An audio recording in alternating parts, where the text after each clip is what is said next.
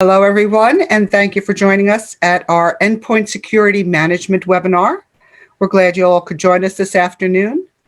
I just want to go over a few things with you before we fully get started. And as soon as I can, I will. Hold on one second, please.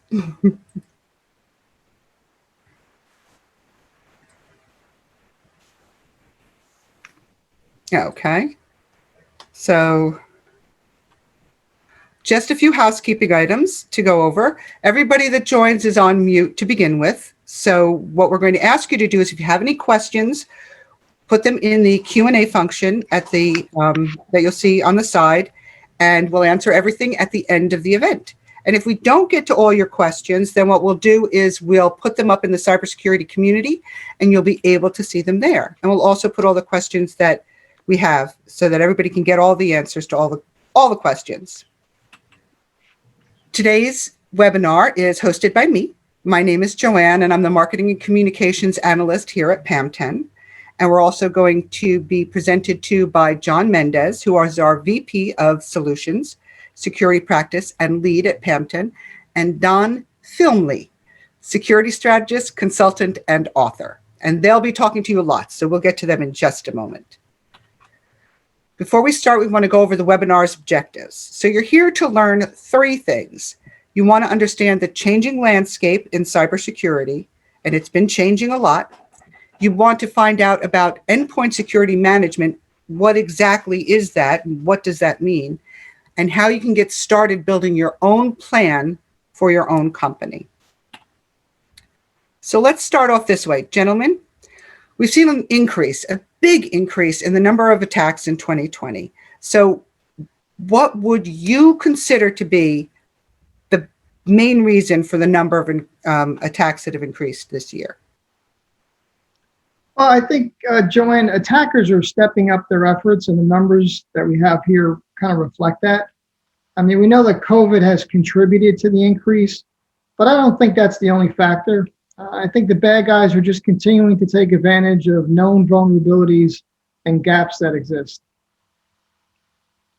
Right. Increasingly, data and everything is online, more so even as people are working from home and communicating. I think that's a big issue now.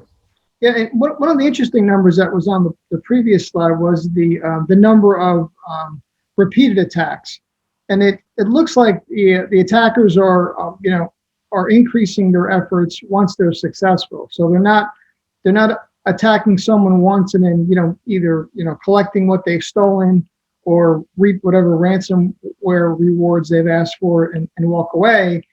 They're coming back again and again and launching multiple attacks after they've been successful once, which is kind of concerning because it means that either people aren't they're not learning from those lessons, or that the attackers are just so sophisticated that they're learning with each successful attack. Yeah, they're making money at it, right? Yeah. I think the changing landscape also has a lot to do with it. Even before COVID, we saw a lot of companies, moving toward a remote workforce. And this distributed workforce introduces a whole new set of risks and vulnerabilities. When you've got employees that are now accessing, company systems, sometimes from their own personal device, they're connecting to unsecured home networks. More devices mean more risk and more potential targets. Right.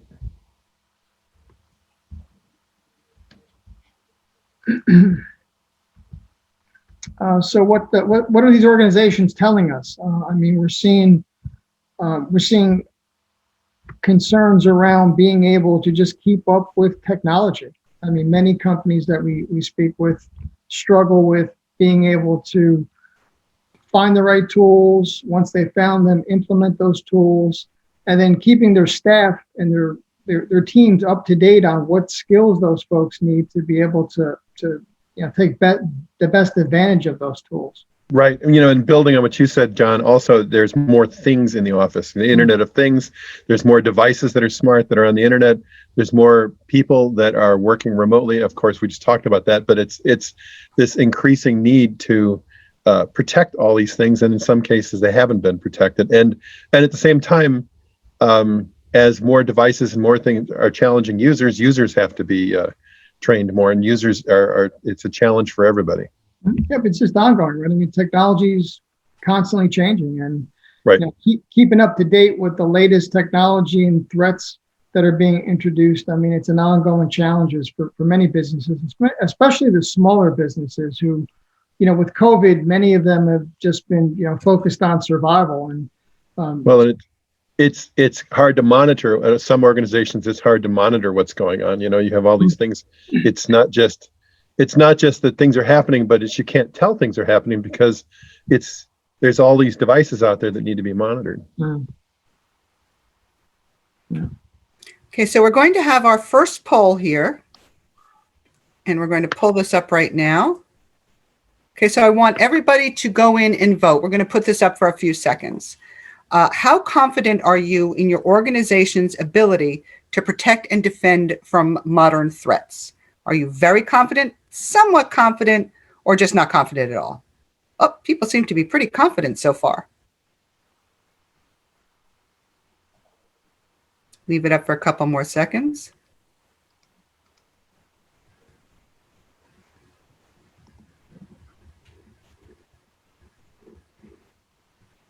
Those are all the folks that are going to answer? Okay. So most people seem very confident. There's a few somewhat confident. So we'll end this polling here. And you can see the percentages of our audience so far.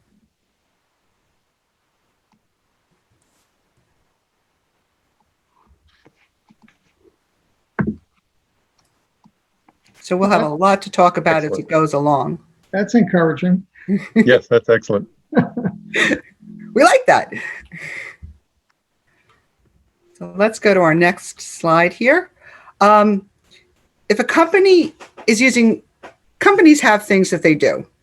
So they might have virus protection. Each computer or laptop has some kind of virus protection, or they might have a firewall.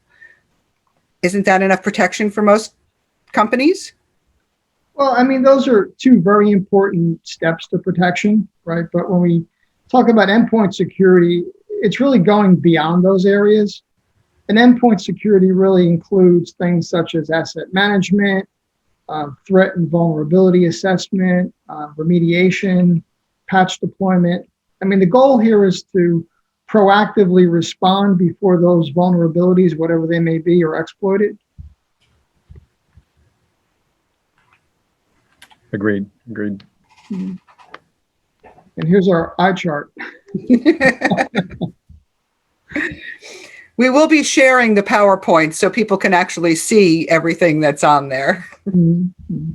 Right. And, the devices that are most often attacked are the ones that have either data on them or a user sitting behind them. So it's no surprise to see devices such as desktops, laptops, servers, mobile devices at the top of this list.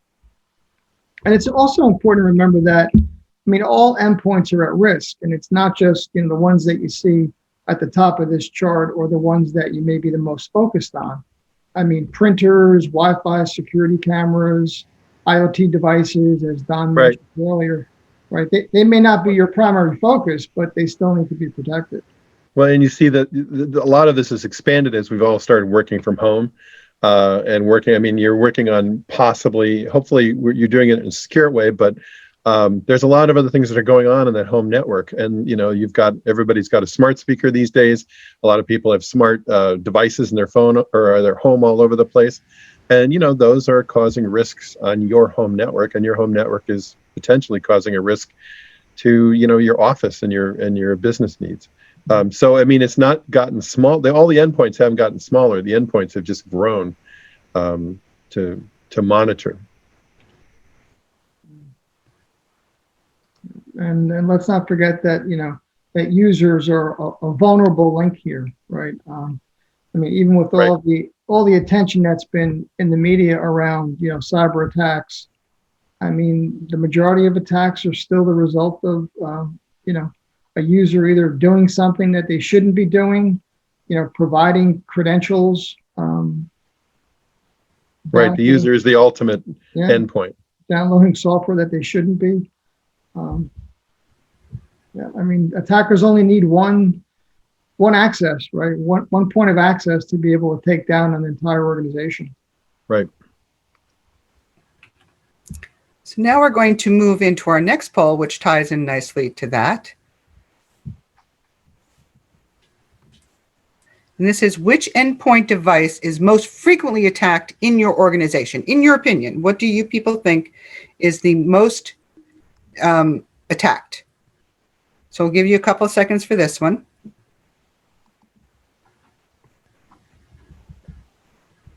I guess a lot depends on what kind of items people are using in their office too. And if you have an idea of what other is, you can always throw that into the chat box.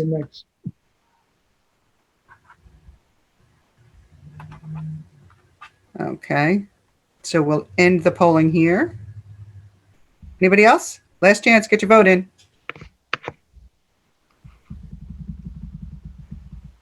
So you can see the results here. Laptops seem to be the top of the list. Well, and then desktops, mobile, and other. I'd like to know what the other is. Did anyone provide any other devices in the chat? They're not sharing. But that's a pretty even mix. Yeah. That's what we've seen. I mean, I think with COVID, we've seen a lot more attacks being generated or coming from devices that are in the home, especially with all these smart devices, right? Smart refrigerators, Ring doorbells, baby monitors. I mean, any device that's connected to the internet, I mean, is a potential target. And you may have security on your device, but if your device is connected to an unsecure network, I mean, you're at risk. I didn't even think of baby monitors, but that's very interesting. Yeah. Mm-hmm. Okay. So, all right. So the basic question is, what can businesses do to protect themselves? How do they protect themselves with all these things attached to their networks? Well, we've listed a couple questions here. I would begin with just starting with the basics. I mean, when's the last time the organization performed any kind of an audit? How is security managed within the organization? I mean, is there a person or a specific group that's responsible for security, or is security kind of like an afterthought?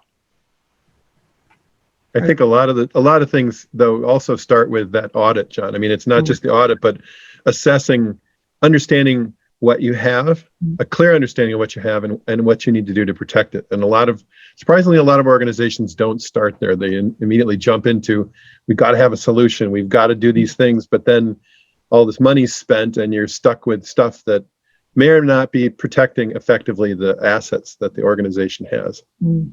That's a good point. I mean, and we've also seen organizations that think that they're doing something. They may have policies documented. They may believe that they have certain controls implemented, but in reality, they don't, right? So just because you have a policy, it doesn't necessarily mean that your people are following that policy. It doesn't mean that you've implemented the correct controls. So, doing what you say that you're going to do is very important. And in some cases, it's better to not have a policy than to have a policy that states that you're doing certain things, and in the event of a data breach, there's an investigation and it's discovered that you're not, that you have a policy but you haven't implemented the controls. There's no oversight. There's no governance. Yeah, it comes down to risk, though, doesn't it? I mean, which really kind of leads into the next slide here. But it comes down to risk, and what policies and what protections you want to have are really just an assessment of what you want to protect and how much money you have. Because you can't spend all your money on doing this, but you can spend it and target it towards certain things, and that really leads to this slide, John. Yeah. I mean, begin with some type of an asset management. Can you go back, Joanne? Sorry. That's okay. So, building the foundation, I mean, where do you begin? Don touched on asset management and risk management. Those are two key areas. Do you know what you have? Do you know what those devices should be doing? Do you know who has access to those devices? And what level of access is required? I mean, do people have administrative access to devices that really don't need administrative access? But it's much easier to just give them that than to have them constantly call your IT department or your IT tech and ask him to perform certain functions. I mean, the other thing I'd add on this slide, John, is it's critical to have management buy-in on any of this stuff to start with, because you can't get very far. You can buy things, perhaps you can implement things, but overall, you're not going to get very far unless you've got buy-in initially from the management of whatever your organization is. And that's very important, right? Because we've seen senior level executives fined and sometimes imprisoned for not protecting their clients' data or for not implementing certain controls.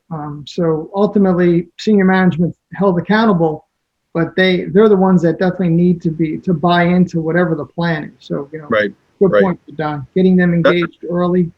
But also loss of business too is another thing with clients. Yeah. So around building that foundation, it's really about understanding where you are today, and then identifying where it is you want to be in the future. And I think our next slide kind of talks to that a little bit. Yeah. So, I mean, one way to do that is by using a maturity model. I mean, and what a maturity model allows you to do is establish some type of baseline of where you are today and helps you develop that path, that action plan to get to where you want to be in the future. I mean, it provides some structure. It's a realistic assessment of where you're at. I mean, you can't run before you have walked, and it's some of these things you can't all of a sudden be a super secure organization without going through some of the baby steps first. Yeah, I mean, and I know that Don and I both have used models in the past to help argue for additional resources, to help argue for additional funding. I mean, when senior management is engaged, I mean, they're typically focused on, okay, well, what are the risks and what's this going to cost me? And by kind of using a model and laying out a plan, it gives you some of the justification that you need to get to where, senior management is saying that the organization should be. Right. And maturity modeling, it doesn't always mean that the entire organization is at level 5 or level 4.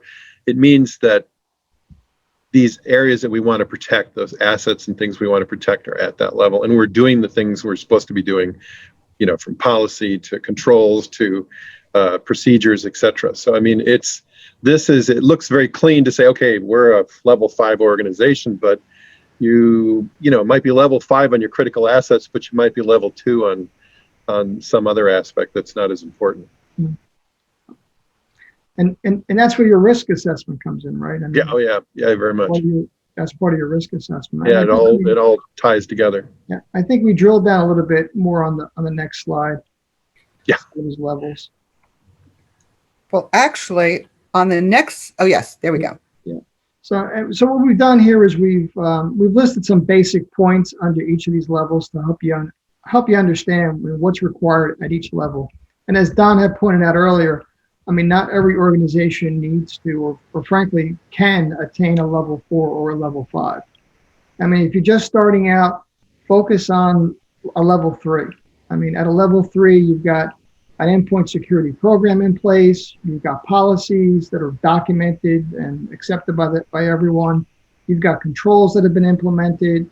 You've got some governance and control around how changes are implemented. So I think a level 3 is a good goal, a good starting point for many organizations, especially smaller ones. Yeah, this is also could be a budget looking at this climb, because when you get to level 5, you're spending more money on things. Yeah.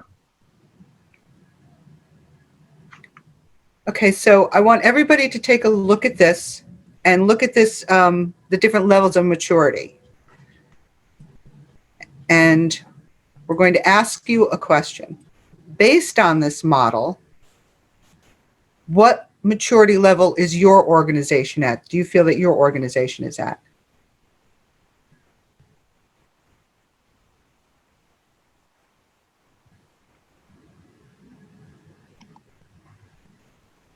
I have a feeling there's a lot of unsures actually in here.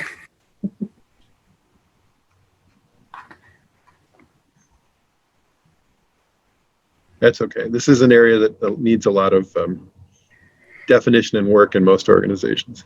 Yeah, and I think for some folks on this call, it's probably the first time that they've been asked that type of question, right? Right, and it's something that you may feel some areas may be at one level and some other areas of the company may be at another.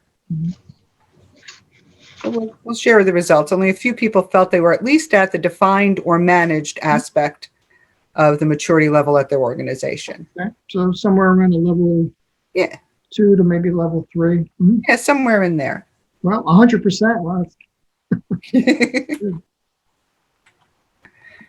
okay, so now we're on to comprehensive protection. So we know, you may know where your company's at, you may not know where your company's at, but you know you need to do something. So what tools and solutions should businesses look to implement to kind of protect their devices, which may be all over the place right now? Well, I mean, there are a lot of them, and it's easy to become overwhelmed.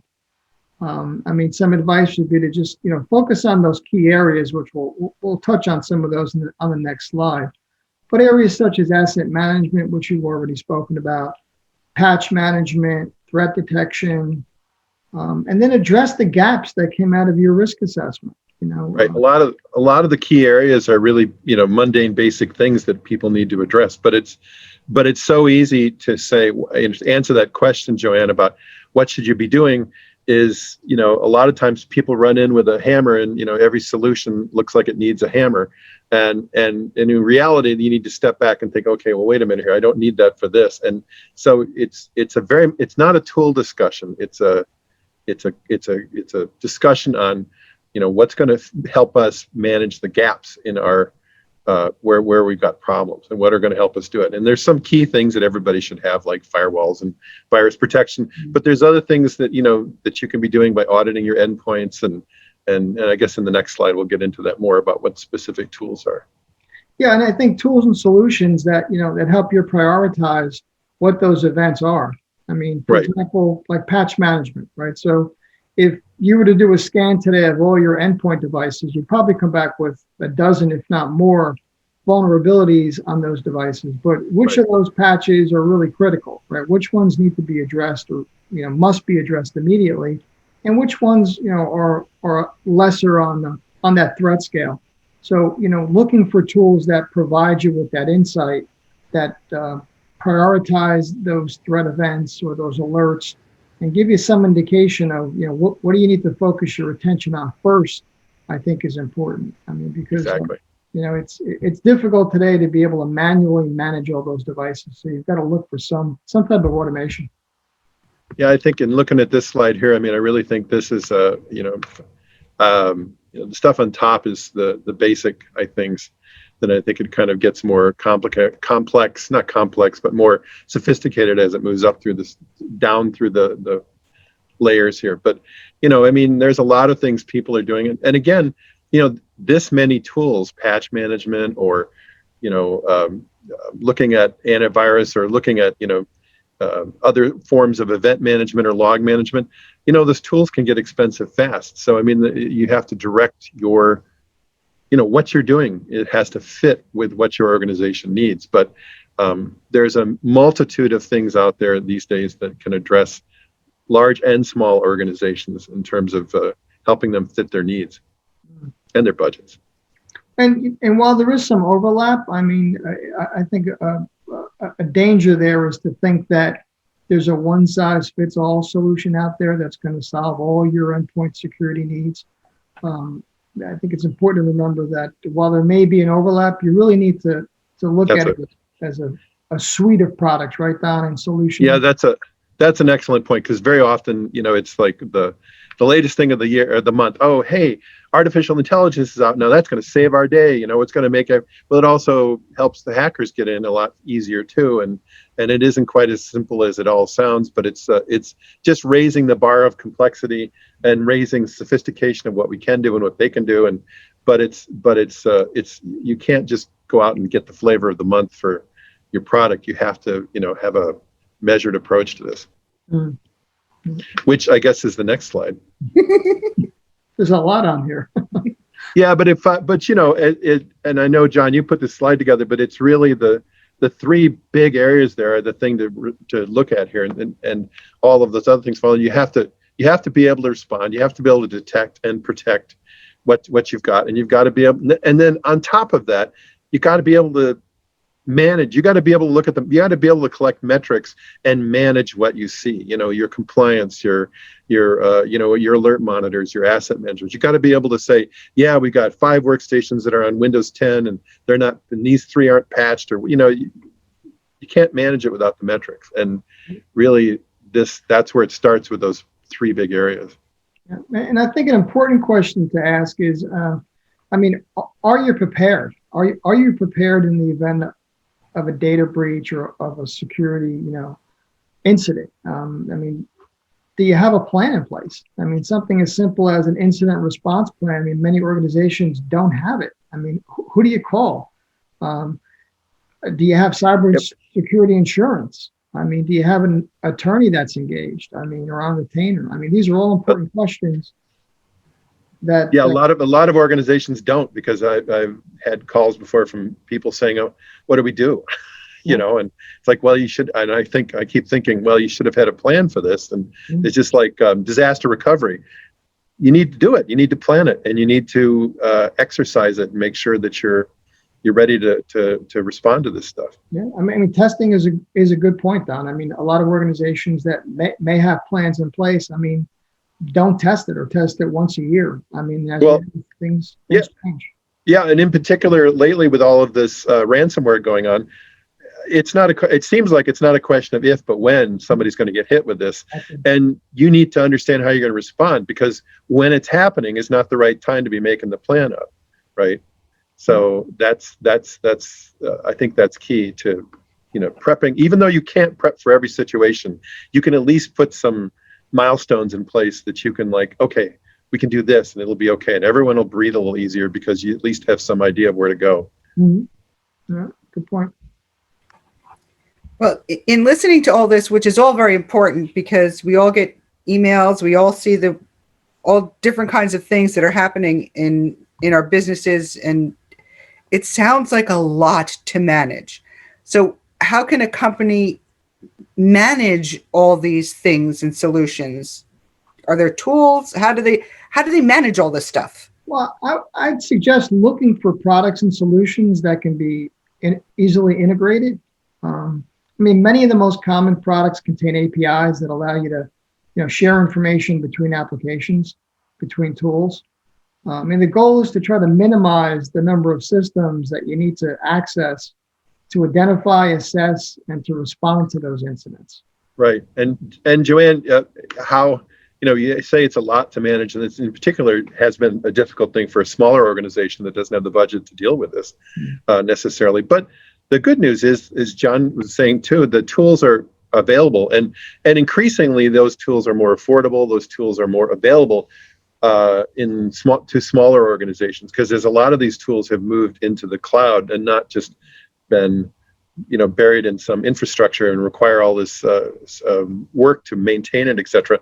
The costs have gone down, and the ability for a smaller organization to access them has gone up. And as the organization grows, there's more data that's going to be collected, right? So that's more data that needs to be analyzed, assessed. Right. So it's important to look for tools that, again, are going to help you to prioritize, whether it's on some type of a threat scale or whether it's a colored alert scale, but that provide you with enough information for you to be able to sit there and say, okay, well, what do I need to do first? I may have 1,000 alerts here, but which ones do I really need to address right now, and which ones can wait till later? Yeah, the old you and I were talking about this earlier, John. The old metric of, if you can't measure it, you can't manage it. That's right. Yeah. And what we're seeing is with medium to large types of organizations, what they're starting to do is use a SOAR platform, and SOAR is an acronym that's was coined by Gartner, and it stands for Security Orchestration, Automation, and Response. And it's used to describe a combination of security automation, incident response, and threat intelligence types of capabilities. And what SOAR does is it collects all that information, aggregates it, puts it into buckets, and prioritizes that data. So again, when your security team is engaged and they're looking at it, they know what alerts they need to address first, what are the threats, and some of these platforms even contain machine learning capabilities that do some background assessment and help to automate some of these responses. So in some That's very cases, exciting. yeah, some cases the vulnerabilities are addressed, in a very proactive manner, and even before there's an alert that's been generated, I mean the issue's been resolved.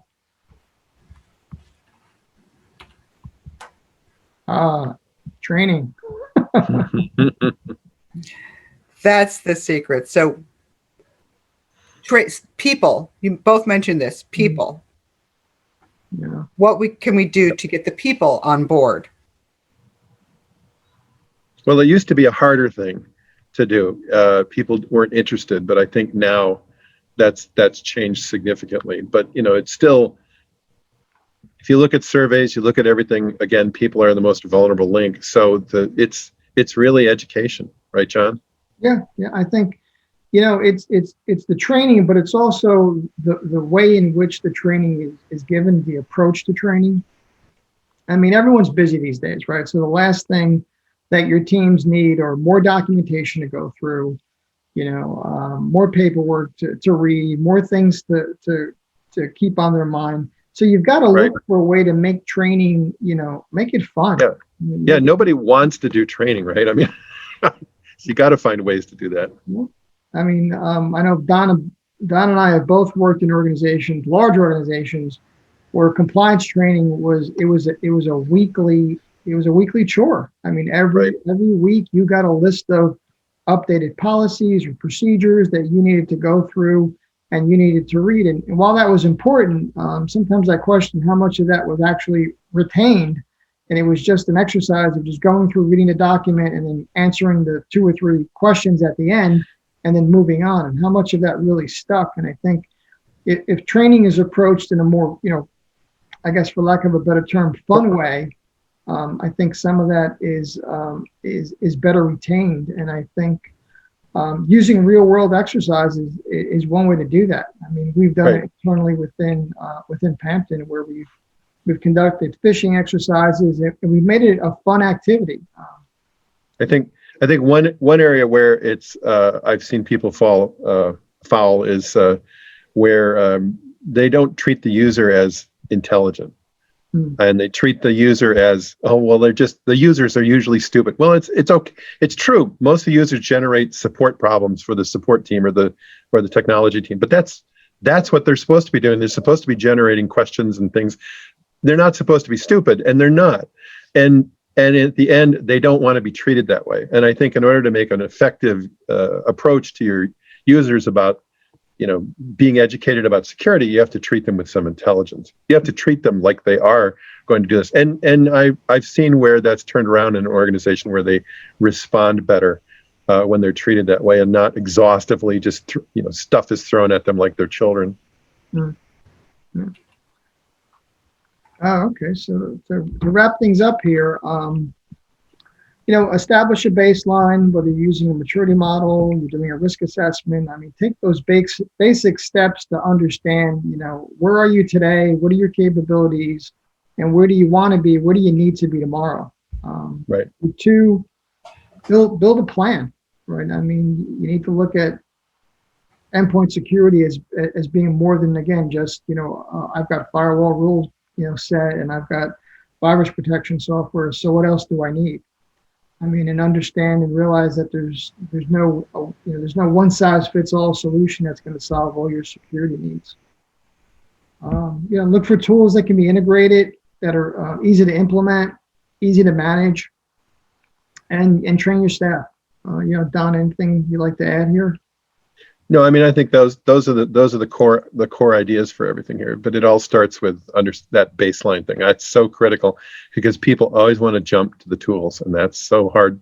I'm one of those people. I love to talk about tools and way they work, but I have learned over the years that that you have to go through this process of establishing a baseline and going through all these. Hmm. So we have one last poll as we run towards the Q&A section of our event. Oh, sorry, hold on one second. Let's go back to the beginning. Now that everybody's seen this, heard this information and is beginning to understand the intricacies of cybersecurity, now how confident do you feel in your organization's ability to detect and respond to modern threats? Looks like we're still at about the same. Oh, nope. There's less confidence, I think, than before. Okay. Well, that's good. I mean, hopefully we've made some people, aware of things that they weren't aware of before. And that's what our hope is. Yeah. Yeah. Well, and our goal is not to scare people either. So Yeah. just, Well, that's a good point, Don, and we didn't really touch on that. I mean, I would be very leery of any vendor who's instilling fear, right? I mean, right. Oh, absolutely. Look for a partner. Look for an organization that's going to educate you, that's going to help you along the way, not someone who's, talking about fear and you must do this and, you're at a serious risk of, of a data breach. I mean. Right. Yeah. Fear mongering has just not got a place anymore in security. It shouldn't. Well, and that's, I think that's very true, because I think fear is used quite often and people turn it off anymore. Mm. They're just so tired of being yelled at because, oh my God, this is the most terrible thing if you don't do this, and they just don't listen to it anymore. Yeah, they become numb. But again, I go back, not to sound like a broken record, but if you go back and you have a plan, you understand your assets, you understand what you want to protect, somebody comes in and tries to scaremonger you're okay, because you've got a plan, you've got policies, procedures, controls in place, and maybe there's something there they have to offer. But I just think, I agree with you, John. I think using fear as a sales tactic is just bad. Now, we did get a few questions in. One was about, for cybersecurity, do different types of companies or organizations have to look at it differently? For example, is it different for retail than it would be for an office setting or for a construction site, or for, any of those, because there's so many different types of businesses. Yeah. Definitely. I mean, begin with looking at what regulations your industry requires you to follow. So, for example, if you're in e-commerce, right? You're going to look at credit card security. You're going to look at regulations that determine what information you can store, how secure that information needs to be. Obviously, if you're in healthcare, right? HIPAA is a big requirement that everybody who's handling healthcare data needs to be aware of. Yeah, and every organization, big and small, has islands of data that you need, and everything's different. A retail organization's data is different than, say, a law firm's data is different than, an association's data is different than any, everybody's different. That really, and it sounds like we're a broken record, John, but it really goes back to, what you're doing really goes back to assessing what you have and what you want to protect. And that's where it starts. Every organization's different. I mean, you might have big retailers, small retailers, but they're very similar in what they would need. But it's just a matter of scale. And a comprehensive risk assessment is going to take all of that into consideration, right? Right. Otherwise, you're just throwing darts in the dark because you don't know what you're going to do with your money, and you don't know what you're going to do with your time. And in the end, it's a waste of time and money if you're not figuring out what you need to do first, what assets you want to protect first, and why. And I'd say start with the regulations that are in your industry. I mean, if you don't know what they are, I mean, there are a lot of online sources that are available that you can you can use. We actually had kind of a tie-in question to that from somebody. Are there standard frameworks for different industries when it comes to that? I don't think there are frameworks that align to specific industries, but there are a lot of security frameworks that are out there, right? I mean, NIST is one of the big ones. So what a framework will help you do is establish some kind of a, I guess I'm looking for a broad term here, but to lay out some kind of rules about what it is you should be doing. So there are a lot of frameworks. ISO is one of them. I mentioned NIST. I mean, Don, there's probably another, 4 or 5 of them. Sure, COVID, and you can. It's a great idea that you can use for basically. It's a nice way to take a matrix and apply your organization to it and see where you fit and how you fit. And honestly, a lot of the frameworks, even though there are specific ones, it's not one size fits all. But on the other hand, it's a great place to start to give you something to work with. There's a security framework named CIS, which is one that a lot of small businesses find easy to work with. If anyone wants any additional information on that, feel free to reach out to me or post something on the cybersecurity community, and we'll provide you with the link. But they've got I think it's called their top 10 security controls for small businesses. That's a pretty good guide. And we'll give links to everybody, that's attended and after the event, and we'll put it on the cybersecurity community so that people can find all that information. Because somebody did ask, do you have any resources you can refer us to? Sure. And I'm sure you gentlemen have tons and tons of them. So we can list some of those there as well. But did you have any you wanted to mention right now? I mean, there are a lot. Probably spend a half hour just going through them. I mean, the Federal Trade Commission, FTC, has done a pretty good job in putting together some guides for small businesses. If anyone on this call is a member of a small business development center, that's a nationwide organization with chapters throughout the U.S. that are put in place to help small businesses. They're a good resource. If you're a member of a chamber of commerce, some of them also have guides for small businesses. Or reach out to us. I mean, reach out to us for any specific questions that you might have, and we can provide you with a lot of free material that's available. Yeah, and the last question we had was from someone who literally wanted to know, for a small business, what's the very first step they should take to start putting themselves in a good cyber secure place? Mm-hmm. Well, I think we kind of covered that in the presentation. I mean, I would first take a look at your assets, right?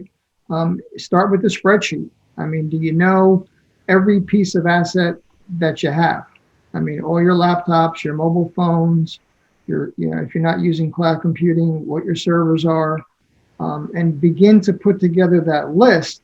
That's right. The first step, right? And then, identify what type of data does that device either access or store, because that's going to help you when you do your risk assessment to determine the type of security controls you need to put in place. So, for example, if you're a small firm and you've got all your employee data, you've got their social security numbers, their healthcare data, all that sitting on a spreadsheet that is, sitting on Joanne's desk. Joanne takes that laptop home with her every day, and it's not secure. The data is not encrypted. I mean, you're at risk. I mean, someone can steal that laptop. They can install ransomware on there, and you really don't know what's on there until you begin to document it. I was going to say, John, also going back to your point about where to start is that it's even more critical for a small business to start, as you said, because they do not have the same amount of money that a large organization has. A large organization might be able to survive money being thrown at security issues that are not without a plan involved, but a small organization just can't do that. So it's critical to do the things you just outlined. And I think in today's times, that's a very important thing to I guess keep in mind here. I mean, many small businesses, that we work with over the past several months have really struggled. And security, while they understand it's important, I mean, they're worried about meeting payroll. They're worried about keeping their doors open, and many of them have kind of put security on the back burner. But it's something that you really need to focus on, and it's not. It needs to be part of your core business. I mean, you need to look at security the same way you look at customer service and supplier management, and it really can't be an afterthought. You had mentioned about having a list of all the devices, and that would include things like if you have a wireless TV screen, even, right, or an Alexa. Yeah, very much. TVs now have wireless access to things. So yeah. Mm-hmm.